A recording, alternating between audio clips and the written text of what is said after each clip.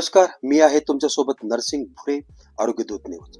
आज पुन्हा एकदा आपल्या पाचोऱ्यात कायद्याचा धाक जिवंत असल्याचं ठोस उदाहरण समोर आलं आहे.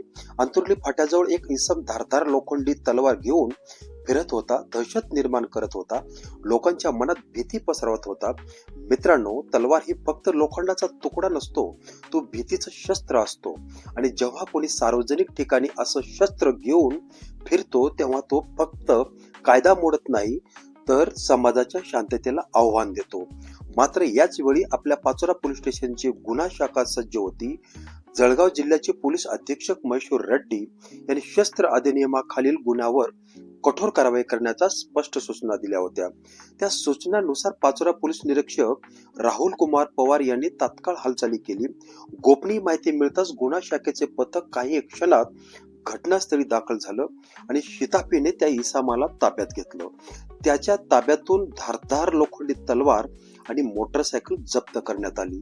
पाचोरा पोलीस स्टेशनचे गुन्हा नंबर 79/2026 शस्त्र अधिनियम कलम 4/25 प्रमाणे गुन्हा दाखल करण्यात आला आहे. ही केवळ अटक नाही, हा इशारा आहे. कायद्याच्या विरोधात जाणाऱ्यांना पाचोऱ्यात जागा नाही. सार्वजनिक ठिकाणी शस्त्र घेऊन दहशत निर्माण करणं हा स्टाईल नाही, तो गंभीर गुन्हा आहे. या संपूर्ण कारवाईसाठी पोलीस अधीक्षक महेश्वर रेड्डी, अप्पर पोलीस अधीक्षक कविता नेरकर, उपविभागीय पोलीस अधिकारी बापू रोहम यांच्या मार्गदर्शनाखाली पोलीस निरीक्षक राहुल कुमार पवार, पोलीस उपनिरीक्षक कृष्णा घायल, पोलीस कॉन्स्टेबल संदीप राजपूत, जितेश पाटील, योगेश पाटील आणि हरीश परदेशी यांनी तत्पर आणि धाडसी कारवाई केली. आरोग्य दूत न्यूजच्या माध्यमातून संपूर्ण पथकाचं मनापासून अभिनंदन. आता थोडी नागरिकांना समज देणंही गरजेचं आहे.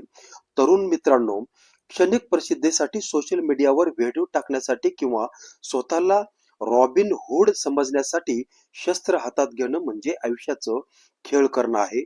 एक गुन्हा आणि संपूर्ण भविष्य उद्ध्वस्त होऊ शकतं. पालकांनो, आपल्या मुलाच्या हालचालीकडे लक्ष ठेवा. त्यांच्या संगीतकडे, त्यांच्या वागणुकीकडे लक्ष द्या. कारण चुकीचं संगत आणि चुकीचा निर्णय आयुष्यभरची शिक्षा ठरू शकते. आणि नागरिकांनो, जर कोणी अशा प्रकारे दहशत निर्माण करताना दिसला तर भीती बाळगू नका. तात्काळ पोलिसांना माहिती द्या. गुप्त माहिती देणाऱ्याचं नाव गुप्त ठेवण्याची जबाबदारी पोलीस घेतात. सुरक्षित पाचोरा घडवायचा असेल तर पोलीस आणि जनता दोघांनी मिळून उभं राहिलं पाहिजे. मी नरसिंग भुरे, संपादक, आरोग्य दूत न्यूज, पाचोरा. अशा सत्य आणि जबाबदार बातम्यासाठी आरोग्य दूत न्यूजला सबस्क्राईब करा, शेअर करा. धन्यवाद.